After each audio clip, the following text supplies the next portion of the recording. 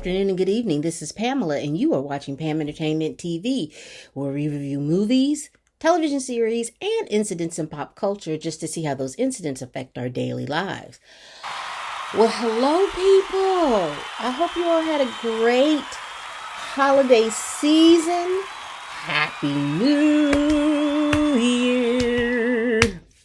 Listen, I know my upload schedule has been a little hanky, but that's just life, trying to enjoy the fam and everything else during the holidays.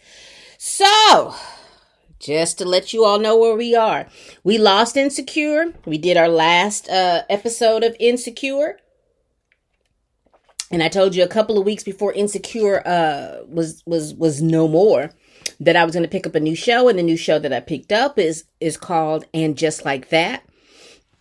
And that is a Sex and the City reboot. It's a Sex and the City reboot. And so I wanted to kind of catch everybody up because I think we're up to episode 5 going into episode 6.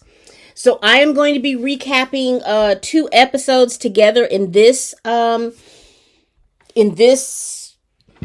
review. So let me do this really, really quick.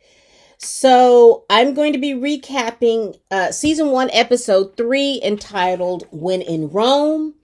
And I'm also going to be doing season 1, episode 4, entitled Some of My Best Friends. So let's kind of get to it. So in episode 3, and what I'm going to do is just kind of go over the highlights. I'm not going to go step by step, and I'm going to go each woman separate. So right now we're going to talk about Carrie. Carrie is still reeling from the death of Mr. Big. She has his ashes, at the end of the last season, she got his ashes, I'm saying FedEx to her, but they were probably messengered to her by the mortuary. She can't sleep in the home, that's normal. She thinks she's hearing her spouse in there and all kinds of things like that, and that's pretty much normal. They go to read the will. Carrie and Miranda go to read the will. Everything is going okay. All the money that Mr. Big wanted to go someplace, all of that's going okay. Until we get the one line where Mr. Big has left $1 million to his ex-wife, Natasha. That sends Carrie reeling, because she's like, why in the world would he give his ex-wife $1 million? Now, if you remember from the Sex and the City, you remember Carrie was going with Mr. Big, I think is what it was. And then they broke up, and then he married Natasha, and then she cheated on... Mr. Big cheated on Natasha with Carrie, I think is what it was. I can't remember. It's been so long. Sex and the City's been so long. So she is concerned because I will go back and tell you too. She's starting to find out that there were some things that Mr. Biggs didn't tell her. And she's in her feelings about that. I think one of the things we found out is that Mr. Biggs had a favorite dog when he was a child named Goji. I think it was Gojin or Goji. And she didn't know anything about that. And so because she didn't know anything about that, and then plus on top of that, she's finding out that Mr. Biggs has left Natasha some money. She wants answers. So she tried emailing Natasha. That didn't work. She found Natasha on Instagram and DM'd her to let her know that she wanted to talk to her. Natasha blocked her on Instagram. So then Carrie has this bright idea that she's going to go to Natasha's job and have a conversation with her.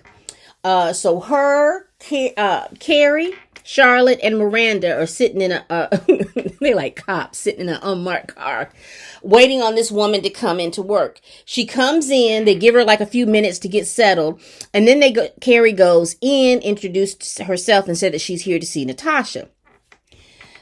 So Carrie sits there maybe like 15, 20 minutes, and then Natasha's assistant comes out and says, well, you can't talk to her because she's in Paris. Carrie's pissed. She knows the woman is not in Paris. she knows the woman is not in Paris. She gets upset. She ends up going to the coffee house where uh, Charlotte and Miranda are waiting on her. So let's pause right there for Carrie. So let's get into Miranda. Here's my issue with Miranda. Miranda is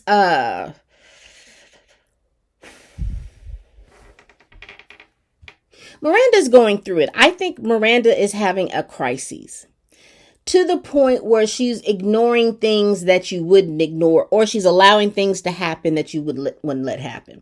And one of the things that I'm thinking about is the fact that her son Brady is in the home with his girlfriend, and they're up there having sex and acting like a married couple, like they pay bills at this house.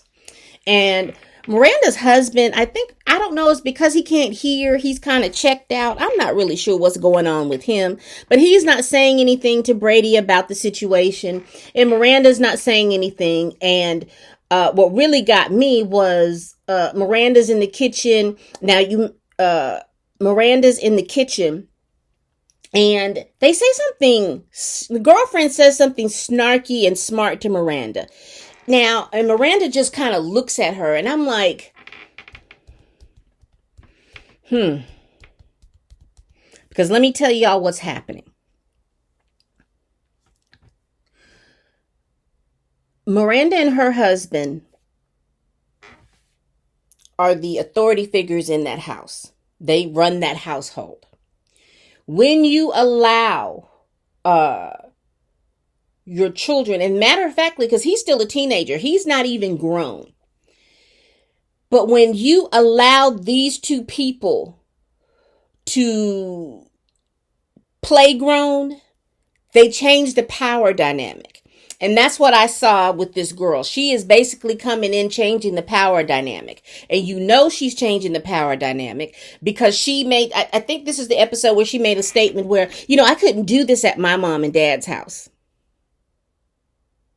And so I'm mad at Miranda for that. I'm mad at her and her husband for that because they're allowing this power dynamic to change. Because I see this girl, after a while, she's going to leave Brady, and then Brady's going to have a complete meltdown, and then the parents are just too checked out to even pay any attention to that. Let's get to Miranda at the coffee house waiting for Carrie. Her and Charlotte are waiting for Carrie to come out of the meeting with, or the confrontation with Natasha. Charlotte's phone is going dead, and so she asked Miranda if she had a charger. Miranda said, "Sure, I have a charger. It's in my book bag." And so Miranda went to go get a coffee, a drink, or a scone or something she went to go get. And so as Charlotte is going through her purse, she sees these 3 Tito bottles, which is vodka, small vodka bottles that have been that have been consumed. And so Charlotte is concerned. She's like, she's really concerned because she's starting to think back, like every time they do something, it's Miranda that is looking for a drink. Now, if you've watched the first 2 episodes, we all have noticed that too. Miranda going to her school, and she stops off to get a drink to steady her nerves, but the bar doesn't open until 11, and she sits and waits the 15 minutes until the bar opens so that she can get her drink. She brings the whole bottle of wine to the recital. You remember that? At the funeral, she made sure that, she had a drink before she did anything. So now everything is she's having to have a drink before she does anything. I guess it gives her that liquid courage. But Charlotte takes a note of that.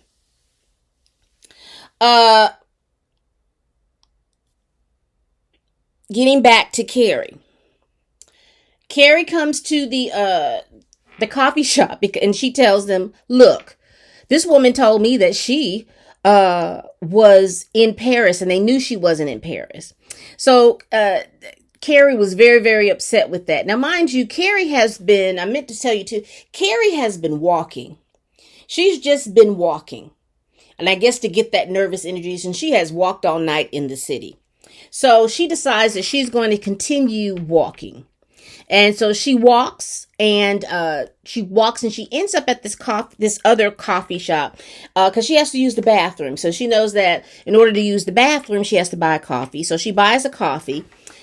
She goes to the bathroom to open the door. And as she opens the door, guess who's in there using the toilet? Natasha.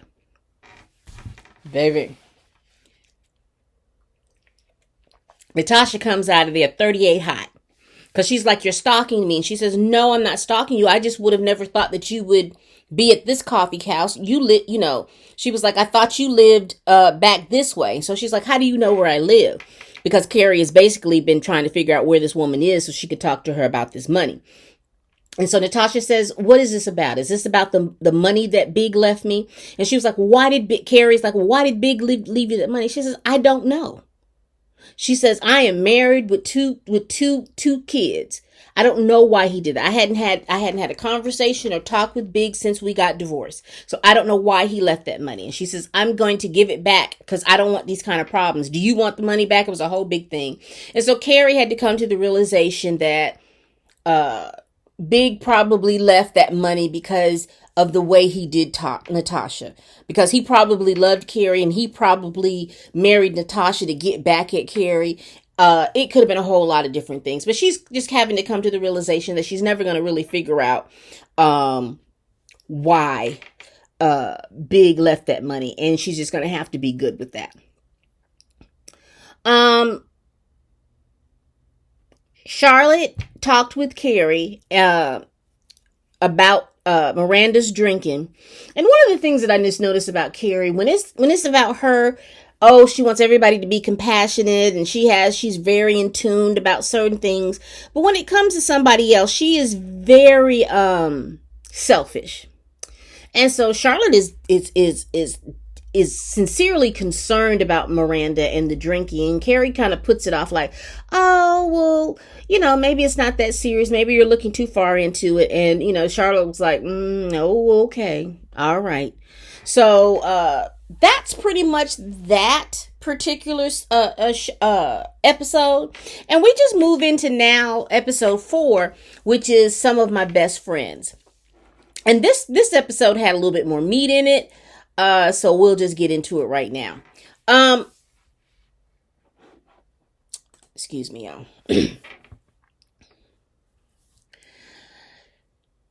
Miranda is doing much better in the class than expected. She made some good points in that class, which resulted that she's gonna have lunch with her professor. And she's excited about that. She's in the kitchen. Again, the kids smell weed on her and they pick at her. Now, mind you, last episode, and I don't know if I mentioned this or not, but Carrie's boss kind of came on to Miranda. They went to go see Carrie's boss's, stand-up show. And after the stand-up, Carrie's boss, I can't think, Chi, was talking to Miranda, and then she shotgunned her. I guess that's when you blow the smoke of marijuana into somebody else's face. So the kids kind of smell that on her when she gets back home. And so she's explaining what happened. Miranda has lunch with her professor. And her professor, they bond over IVF and things like that. And so Miranda's kind of like, well, my professor is just like a cool person. Carrie has decided that she's going to sell her apartment that her and Mr. Big shared, and so she has gone back to her old apartment in her old neighborhood. She's hired a realtor. I think her name was Sima.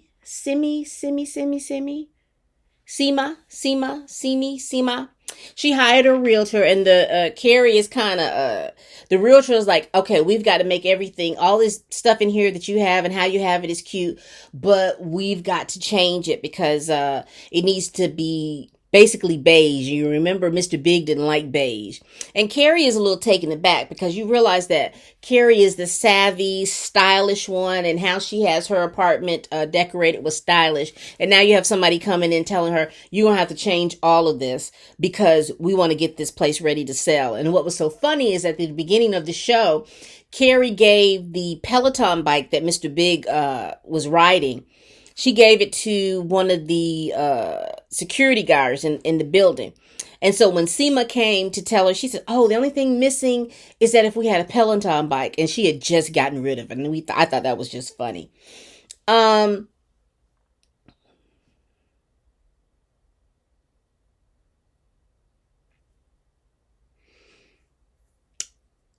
At Carrie's job, just basically they were just telling her that she needed to get her social media presence up, and the people in the room were telling the girl that was telling her, "You need to read the room. You know the woman's husband's just died," and she was like, "Yes, but she needs to get her social media thing up. She hasn't posted in 3 weeks." They're like, "No, she hasn't posted in 3 weeks because her husband just died."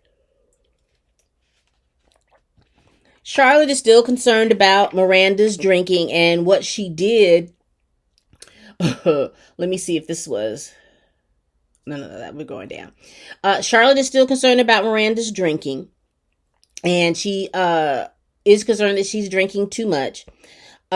Charlotte is arranging this get together with Nicole Ari Parker's character, LTW. And she wants everything to go right. She wants everything to go all right and everything. And then she starts overthinking and overanalyzing everything. And she's like, "Oh my gosh, she's going to be at the house and she's going to be they're going to be the only black couple there." And then she's struggling trying to find all of this stuff. And it ends up that LTW cancels. And so all the stuff that she did to make this little arrangement happen, she had to cancel it. And then maybe a week or so later, LTW invites Charlotte to their house. And so all of this time that Charlotte was thinking about, "Oh my gosh, they're going to be the only black couple," they ended up being the only white couple at the party. And baby, the dinner party went well, but LTW's mom was talking about, "Oh my gosh, LTW is spending," she doesn't call her LTW. I can't remember. Lauren, I think she says Lauren or Lynn, has spent all this money and stuff on this art and not putting the money in the bank or something. And then Charlotte has a chance to shine because of the fact that, you remember, Charlotte used to run an art gallery. And so Charlotte tells them all the artwork that she has done and how her investing her money in that artwork is going to translate and da da da da da da da da. So Charlotte ends up making a good impression at LTW's party. Now, earlier in the party, she flubbed because she walked up on a woman and said, "Oh, I know you. You're so-and-so's mom. And where is so-and-so?" And she's like, "Well," the black lady says, "I know who you're talking about, but I am not that person." And so Charlotte had turned red. And then her husband was like, "How about that Michelle Obama?" I don't know if I'm telling the story right, but it went well.